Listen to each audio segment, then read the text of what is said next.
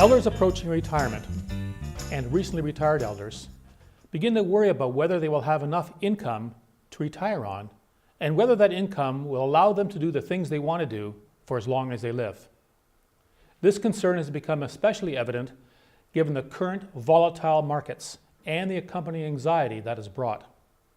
For most, government benefits and, if available, company pension plans will provide a guaranteed base level of income. Investments and other assets need to generate the extra income which will provide the lifestyle elders envision or expect. Key issues are how you, together with the elders' other professional advisors, can determine what retirement really means to them and what they want to do, not just for the first few months of retirement, but for each phase of a very, very long period in their lives. Then ask the following questions. How much income can be generated on a sustainable basis? How long will that income last? In fact, how long will that income need to last? Whether that income is enough to cover fixed, variable, and increasing expenses. Whether the assumptions used can withstand stress testing so that even under adverse conditions, there will be enough sustainable income to cover basic and lifestyle expenses. These questions point to the need for contingency planning, for poor health, premature death, and covering these with products that provide the right amount of money just in time to meet those needs, like various insurance solutions, passing the risk onto somebody else in exchange for systematic or lump sum reallocations of assets or cash flow. You see, today, product allocation is just as important as asset allocation to deal with investment risk. In the chapter on financial planning basics, we focused our attention on how to accumulate wealth.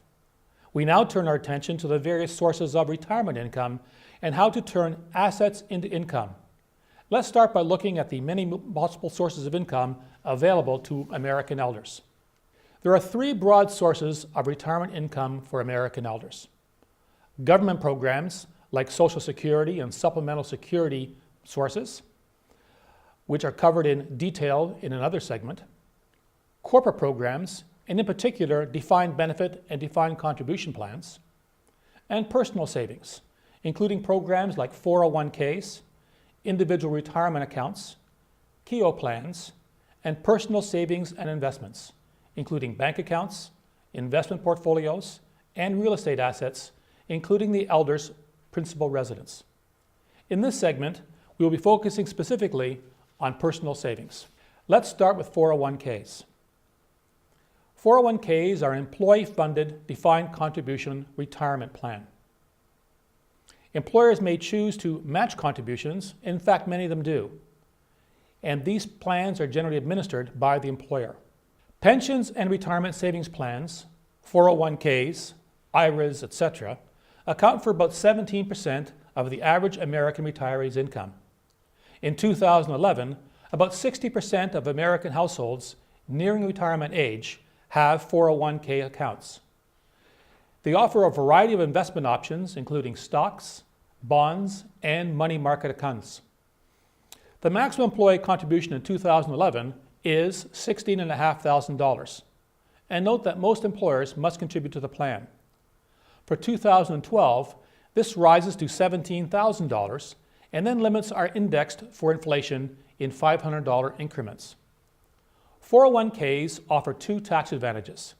Contributions are pre-tax, and the funds in the plan accumulate on a tax-deferred basis. All withdrawals, however, are taxed as ordinary income, including the original deposits and any growth resulting from capital gains. There is a penalty for early withdrawal, especially if made before the age of 59.5. It is taxed as ordinary income plus a 10% penalty. Withdrawals, a required minimum distribution, or RMD, must start by April 1st of the year the employee turns age 70.5. Roth 401k plans are a variation of 401ks. They were introduced in 2006. They are virtually identical to regular 401k plans, except that contributions are made after tax, and qualifying withdrawals, both principal and growth, are received tax-free. By qualifying distributions, I mean distributions made at least 5 years after the first designated Roth contribution and not before the year in which the account owner turns 59 and a half. The rules with respect to withdrawal restrictions and contribution accounts are the same as those for regular 401k plans. An employee can allocate some or all of his annual contribution to a Roth 401k plan. Individual retirement accounts are for individuals not covered by a workplace pension or retirement plan. Contributions are tax deductible, with the maximum contribution in 2011 and 2012 being $5,000 for individuals under age 50 and $6,000 for individuals age 50 and over. And these amounts are indexed to inflation, but will only be increased in $500 increments. The balance of the rules governing IRAs are very similar to those for basic 401k plans. Tax-free accumulation, withdrawals of principal and growth being taxed as ordinary income, some penalty for early withdrawals before the age of 59 and a half, and withdrawals must start April 1st of the year the individual turns 70 and a half. There are also a number of IRA variations, among them non-deductible individual retirement arrangements for individuals who do not qualify for other IRA alternatives. The only advantage of a non-deductible IRA is tax-free accumulation. Roth IRAs are plans where the contributions are non-deductible, but qualifying withdrawals, both principal and growth, are received tax-free. The limits noted above can be split between a traditional and a Roth IRA, but the combined limit is $5,000 or $6,000, depending on whether you are under or over the age of 50 at the end of the year. Keogh plans are retirement pension plans set up as either a defined benefit or a defined contribution plan for the self-employed and small business owner. The main benefit of Keogh plans are the extremely high contribution limits. You may be able to contribute as much as $50,000 to a Keogh in 2012, depending on your self-employment income. Your contributions may have to be aggregated with other investment retirement plan contributions to determine limits imposed by Section 415 of the Internal Revenue Code. Let's look at some Keogh plan basics. They can be set up for the self-employed, including partnerships, essentially non-incorporated earnings. Contributions must be made to both defined benefit and defined contribution plans. Business owners can decide whether or not to contribute to a profit-sharing setup. Contributions are tax deductible up to 25% of income up to $50,000. Note, as with a 401k and an IRA program, withdrawal penalties apply on Keogh plans if funds are withdrawn prior to age 59 and a half. All defined benefit Keoghs require the expense of an actuary. Self-employed individuals with no employees looking for a basic defined contribution plan are likely better served by using a simplified employee pension individual retirement account, or a SEP IRA, since that plan provides the benefits of a Keogh without the corresponding hassles and costs. Total contributions should not exceed the lesser of 25% of income and $49,000 to employees, and approximately 18.6% of net profits for the self-employed, adjusted for the deduction of self-employment tax. Let's look at turning assets into income. Wealth accumulation and preservation are every investor's goal.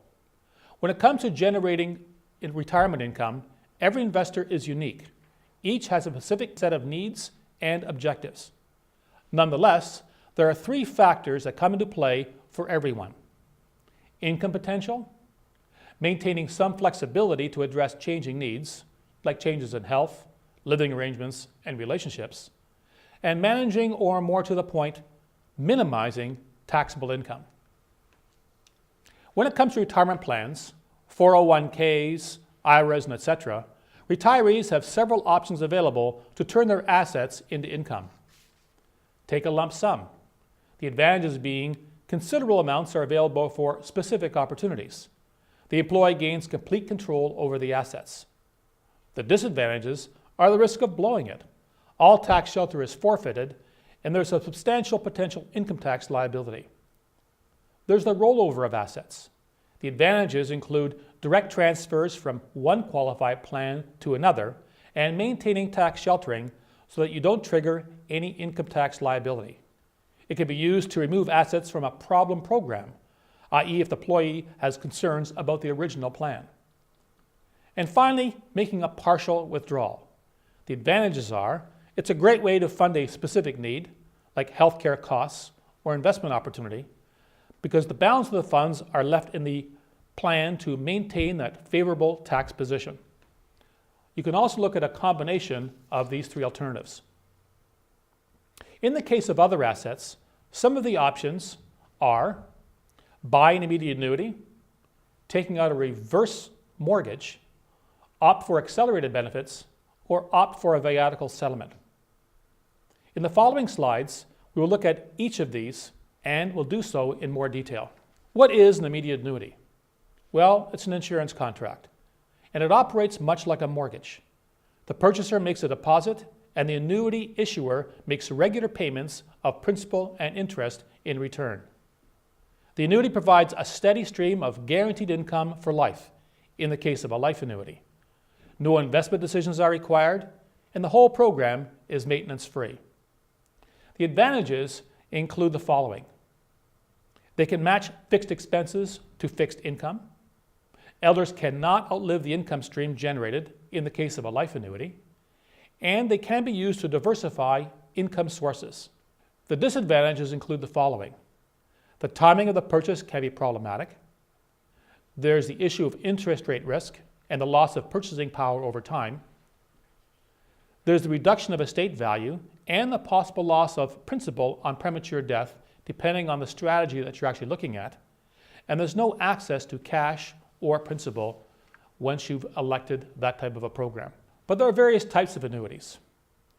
There are term certain annuities, where the income is paid for a fixed period of time. If death occurs, payments are made to a beneficiary and continue for the balance of the term. The proceeds may be commuted and paid in one lump sum. Life annuities, as I have discussed previously, provide an income for the life of the annuitant, and a guaranteed period may be stipulated so that no matter how soon the annuitant dies, payments will continue for that guaranteed period. And there are variations. Joint and last survivor programs allow the payments to continue until the second annuitant dies, typically a good situation for married couples. So how are annuity incomes determined? Well, all the following factors come into play. Interest, mortality, expense rates, the age and sex of the annuitant, the payment stream and conditions. Is there a guarantee? What are the amounts of funds that are being invested? And when do the payments actually start? Note that the client's age, gender, and health are key components in determining annuity income. A short discussion on why these factors are key would be appropriate when you're sitting down with an elder. And some attention should also be paid to the impact of prevailing interest rates. Annuity taxation is fairly simple. For non-qualified annuities, the programs are purchased with after-tax dollars. The capital is returned tax-free, and investment income is taxed as each payment is made. With qualified annuities, they're purchased with before-tax dollars or deductible dollars, and the entire annuity payment is taxable. In summary, for non-qualified annuities, only the interest, not the capital, is taxable. And for qualified annuities, the entire annuity payment is taxable. Now let's look at reverse mortgages. For many elders, a substantial amount of their net worth is tied up in their home. At least that used to be the case. A reverse mortgage can offer them the best of both worlds, the ability to stay in their home and tap some of its value at the same time. The basics when it comes to reverse mortgages are the following. They're designed for elders age 62 and older. There's no need to repay the loan until the homeowner dies, until the home is sold, or the owner moves out. Money is received as a lump sum, a line of credit, or multiple payments. Proceeds received are tax-free and don't affect Social Security and Medicare benefits. There's no restrictions on how the money is used, and the loan is settled using estate proceeds. Note, however, that reverse mortgage payments can affect supplemental security income and Medicaid because the money received is considered a liquid asset and it remains in the elder's bank account. He or she may lose benefits. Note as well the following points on reverse mortgages. The home's appraised value is generally capped at $625,000 as of 2011. The home's state of repair is a factor in determining its worth. Liens on the property can affect the amount of money you can actually take out as a reverse mortgage. Prevailing interest rates, the elder's age, and the type of payment all have an impact on the amount of money that can be used to supplement an elder's lifestyle. Life insurance. Life insurance can provide accelerated benefits, where the policy owner must have a life-threatening illness. Typically, 25 to 100% of the death benefit is available to a person while they're alive. Then we have viatical settlements, where the policy owner generally is terminally ill. The contract is sold for a percentage of its face value, but there are some complex legal transactions that are involved. Studies have been done on the sources of retirement income and what workers think will be major sources of income. In this segment, we have looked at the various sources of retirement income. But what about the expectations of Americans? Where do they think their retirement income will come from? According to a 2010 Gallup poll, here's what American workers think. Retirement accounts will provide for 45% of their income. Social Security, 34%. Pensions, 23%. Savings, 22%. Home equity, up to 20%. Part-time work, 18%. Stocks and mutual funds, 17%. Inheritances, 9%. Annuities insurance, 8%. And rent and royalties, about 6%. 45% mentioned retirement accounts like 401ks and IRAs and KIOs as being a major source of income.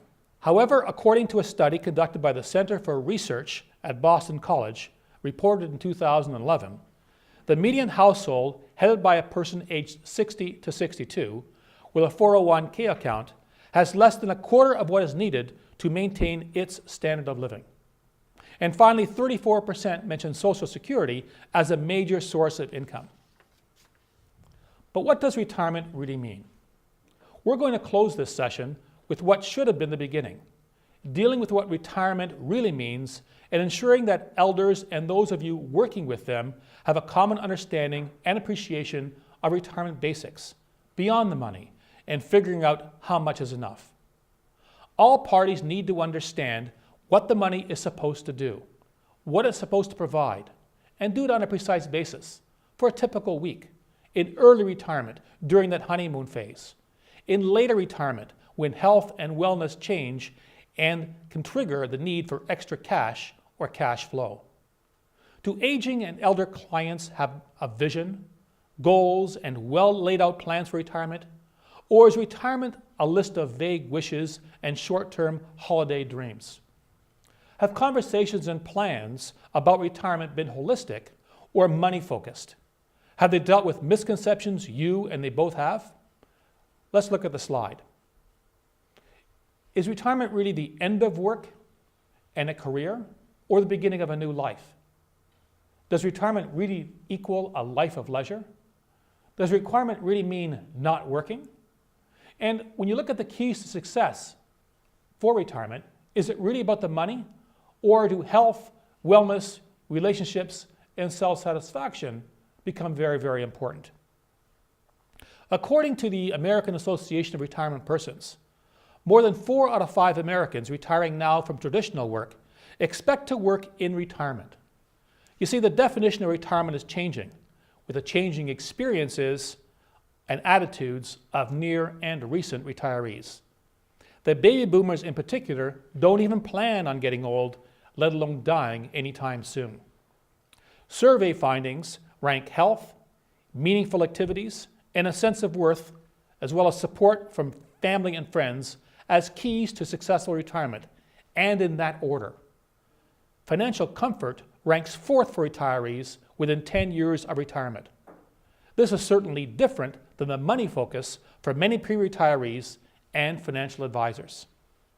So information on healthy aging and wellness, dealing with this next and lengthy set of phases in an elder's life, and doing it holistically can be of enormous value, adding context and support for any financial plans to help dreams come true. Generating sufficient income in retirement requires diligence, forethought, and careful planning. Fewer and fewer Americans seem up to the task, and fiscal realities may make matters even more difficult in the immediate future. Having said that, retirement planning is more than figuring out how much is enough. It involves transition planning and lifestyle planning and contingency planning. That is, having plans in place when things don't unfold as planned or unanticipated health and wellness changes generate expenses that can cut into normal income flows and the assets that provide them. Prudent